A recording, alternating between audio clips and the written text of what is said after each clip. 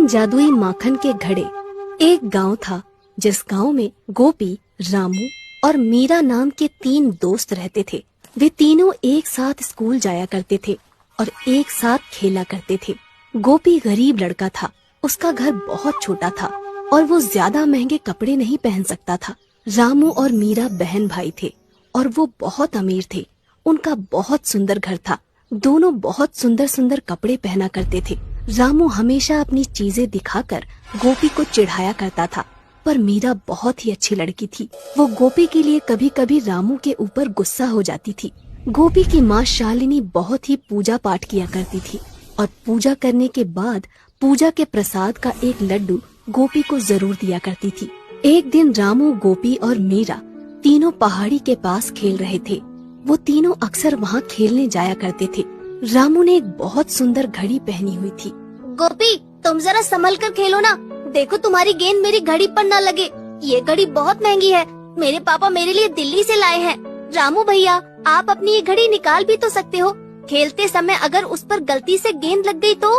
बेचारा गोपी दोनों की बातें चुपचाप खड़े होकर सुन रहा था। वो कुछ नहीं बोला। क्या हुआ गोपी? चलो तुम गेंद को मेरी तरफ फेंको।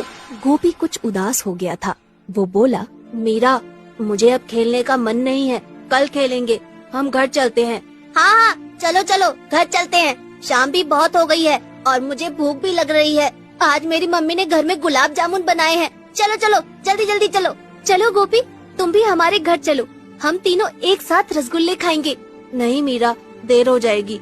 माँ ने जल्दी घर आने को बोला था। कल जन्माष्टमी की पूजा है ना, इसलिए। इसके बाद तीनों अपने अपने घर चले गए। घर में गोपी की माँ पूजा कर रही थी और गोपाल को भोग लगा रही थी। बेटा गोपी, आ जाओ, तुम भी भोग लगा दो। लड्डू गोपाल से जो मांगोगे तुमको मिल जाएगा। गोपी इतना सुनकर खुश हो जाता है। सच माँ, लड्डू गोपाल कुछ भी कर सकते हैं। हम जो मांगेंगे वो हमें मिल जाएगा। हाँ बेटा, वो भगवान हैं। सारी दुनिया वही तो चलाते हैं। आओ, अब जल्दी आओ। मासूम सा गोपी खुश होता हुआ भागकर भोग लगाने लगा। आज गोपी बहुत ही उदास था। रामू की घड़ी वाली बात उसे बहुत बुरी लगी थी। वो अपनी चारपाई पर रात में लेटा हुआ था और सोच रहा था, हम कितने गरीब हैं। हम अच्छे कपड़े भी नहीं पहन पाते और ना ही अच्छा खाना बना पाते हैं।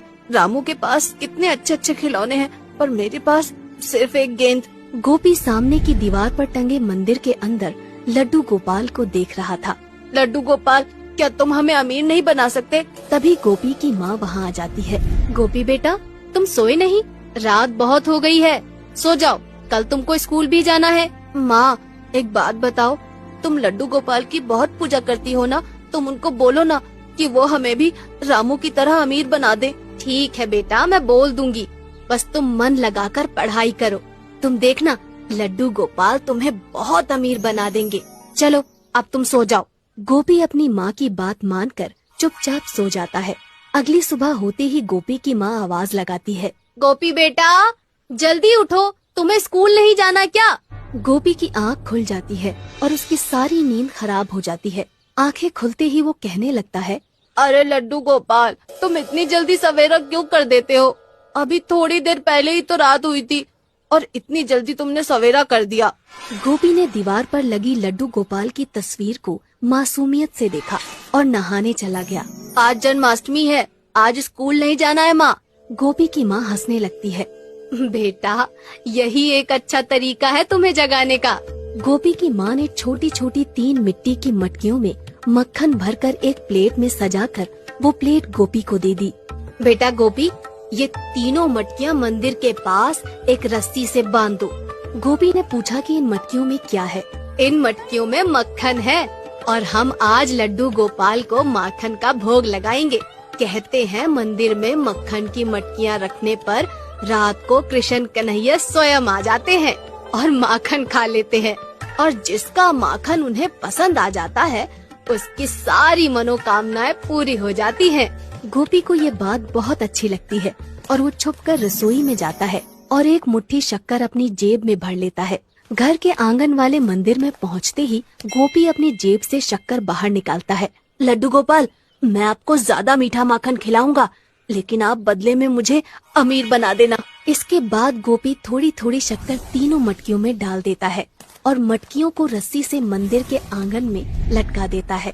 माँ, मैं खेलने जा रहा हूँ। मैंने मंदिर में माखन की मटकियाँ रख दी है। बेटा, शाम को जल्दी आ जाना, आज जन्माष्टमी पूजा है। गोपी अपनी गेंद को लेकर टहलता हुआ पहाड़ों के पास उसी नदी के पास चला जाता है जहाँ वो अक्सर अपने दोस्त रामू और मीरा के साथ आता था। वहाँ जाकर गोपी की नजर एक फूलों वाले पेड़ पर पड़ती है। गोपी सोचता है कि ये कितना सुंदर पेड़ है, चलो इसके नीचे ही बैठ जाता हूँ। गोपी वहाँ बैठकर अपनी गेंद को उछाल उछाल कर खेलने लगता है कि तभी उसकी गेंद उसके हाथों से छूटकर नदी में जा गिरती है और गोपी को तैरना नहीं आता था, इसलिए वो मायूस होकर वापस लौट आता है। रात को गोपी और उसकी मम्मी पापा साथ मिलकर लड्डू गोपाल की पूजा करते हैं और जन्माष्टमी का भोग लगाकर सो जाते हैं। अगले दिन गोपी जब मंदिर के आंगन में जाता है तो तीनों मटकियों के नीचे बहुत सारा मक्खन डला हुआ था। माँ, ये मटकियों से माखन किसने निकाला है? देखो कितना सारा माखन नीचे गिरा दिया है। बेटा, अभी मंदिर के आंगन में तो कोई नहीं गया, जरा मटकियाँ खोल कर देखना। गोपी शरारत करते हुए तीनों मटकियों को फोड़ देता है। मटकियाँ फूटते ही उसकी आंखें फटी की फटी रह जाती हैं। तीनों मटकियों से हीरे और चांदी के सिक्के और नोटों की गड्डियाँ नीचे गिर रही थी। माँ, ओ माँ, जल्दी आओ, देखो इन मटकियों में कितना सारा खजाना भरा है। गोपी की माँ तुरंत वहाँ आ जाती है। हे भगवान, इतना सारा खजाना! लगता है लड्डू गोपाल ने हमारी प्रार्थना सुन ली है। गोपी और उसकी माँ बहुत खुश थे। अब वो भी बहुत अमीर हो चुके थे। उनके पास बहुत सारे हीरे और चांदी के सिक्के और 2000 के नोटों की गड्डियाँ आ गई थी। उन्होंने अपना बहुत सुंदर घर बनवा लिया था और सुंदर सुंदर कपड़े भी खरीद लिए थे। गांव के लोग समझ रहे थे कि गोपी के पापा बाहर से बहुत सारा धन कमा कर लाए हैं। अब गोपी अपने दोस्त रामू से भी ज्यादा अमीर हो गया था। अब गोपी बहुत खुश था। कुछ दिनों बाद रामू और मीरा गोपी के घर खेलने आते हैं। दोनों भाई बहन गोपी का घर देखकर दंग रह जाते हैं। इतना सुंदर घर उन्होंने कभी नहीं देखा था। रंग बिरंगे सुंदर सुंदर पर्दे और सुंदर सुंदर खिलौने और बहुत बड़ा प्यारा सा बागीचा। वहाँ बागीचे में बहुत सुंदर झूला भी था। गोपी, तुम्हारे पापा बाहर से बहुत सारा धन कमा कर लाए हैं। अब तुम भी बहुत अमीर बन गए हो। हाँ रामू भैया, आप हमेशा गोपी को नीचा दिखाया करते थे। आज गोपी हमसे भी ज्यादा अमीर हो गया है और उसमें जरा भी घमंड नहीं है। उसने हमें अपने घर बुलाकर इतना अच्छा नाश्ता करवाया है। तुम सच कह रही हो मीरा, गोपी बहुत ही अच्छा लड़का है। मैंने उसके साथ अच्छा नहीं किया, उसकी बात बात पर बेइज्जती की और अपने चीजों का घमंड दिखाया। तुम भी क्या बातें लेकर बैठ जाते हो? जो हुआ उसे भूल जाओ। हम तीनों दोस्त हैं और दोस्ती के बीच में ऊंचा नीचा नहीं होता। तो बच्चों, इस कहानी से यही समझ में आया कि हमें अपना विश्वास कभी नहीं खोना चाहिए। भगवान हमेशा हमारे साथ होते हैं।